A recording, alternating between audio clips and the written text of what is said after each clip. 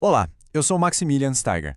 A gente já parou para pensar de onde vêm, de verdade, as nossas leis?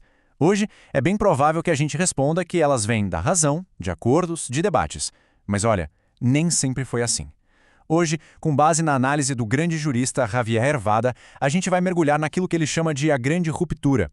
É o momento exato em que o direito e Deus se separaram e a lei passou a morar na mente humana. Uma mudança, pessoal, que define o nosso mundo até hoje. E tudo começa com essa pergunta. Uma pergunta que, na sua época, soava quase como uma heresia. E se o direito não precisasse de Deus? E se a sociedade, as leis, a justiça, se tudo isso pudesse funcionar sem um comando vindo dos céus? Isso não era só uma questão de filosofia, não. Foi a faísca que acendeu uma revolução completa no modo como o Ocidente via a si mesmo. Para a gente entender o tamanho dessa virada, a gente precisa primeiro voltar no tempo. Precisamos entender o mundo que existia antes. Um mundo onde direito e fé não eram apenas conectados, eles eram, na verdade, a mesma coisa. No mundo medieval, como Hervada descreve, a teologia era a regina scientiarum, ou seja, a rainha de todas as ciências. Pensa só, o direito não era uma disciplina à parte, ele era visto como uma extensão da vontade de Deus. As leis dos homens não eram criações, mas sim uma tentativa de decifrar e aplicar a ordem divina aqui na Terra.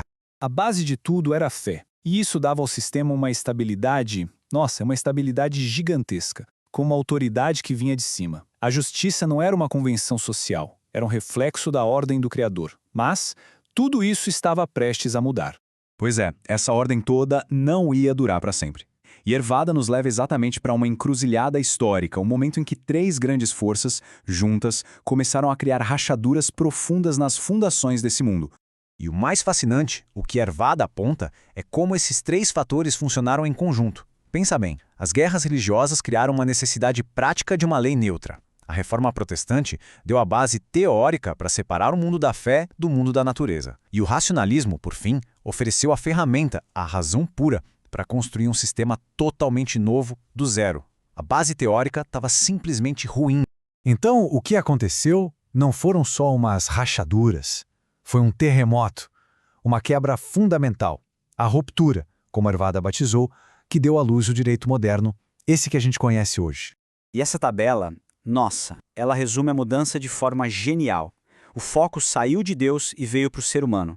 A pergunta deixou de ser o que Deus quer e passou a ser o que a razão humana nos diz. A fonte da lei literalmente desceu do céu para a terra, saiu da revelação divina e entrou na dedução lógica. E a consequência disso foi imensa. Pela primeira vez na história, o direito se tornou autônomo. Ele foi, por assim dizer, emancipado da teologia. Agora, a ciência do direito podia crescer com as próprias pernas, com suas regras, seus métodos, sem ter que pedir bênção para a religião. Ali nascia a ciência jurídica moderna. Claro que uma revolução desse tamanho não acontece do nada, né?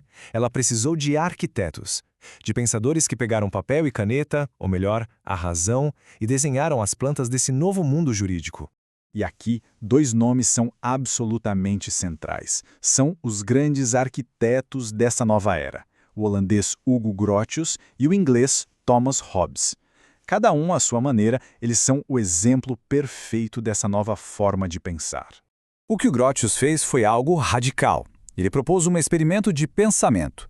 Ele disse mais ou menos assim: olha, vamos supor por um instante, só como hipótese, que Deus não exista ou que ele não se importe com a gente.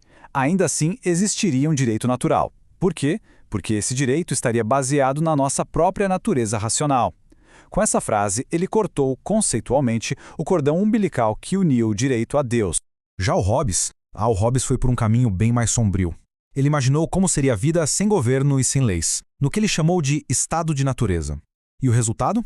O caos. Uma guerra de todos contra todos. Essa visão terrível foi a justificativa puramente racional para a necessidade de um Estado forte. A lógica dele é brutal. Por puro medo da morte, as pessoas aceitariam entregar sua liberdade em troca de segurança. E o mais impressionante é que as ideias desses arquitetos não ficaram só no papel, de jeito nenhum. Elas se tornaram a fundação, os pilares do nosso jeito de pensar o direito e a política até hoje. Vamos dar uma olhada nesses pilares? Então, aqui estão os blocos de construção desse novo mundo. A ideia do estado de natureza se tornou o ponto de partida para justificar a existência da lei. O contrato social virou um mecanismo para criar o Estado, e a separação entre direito e moral permitiu que a gente criasse sistemas de leis técnicos objetivos. É um edifício inteiro construído sobre um único alicerce, a razão. A fé ficou de fora.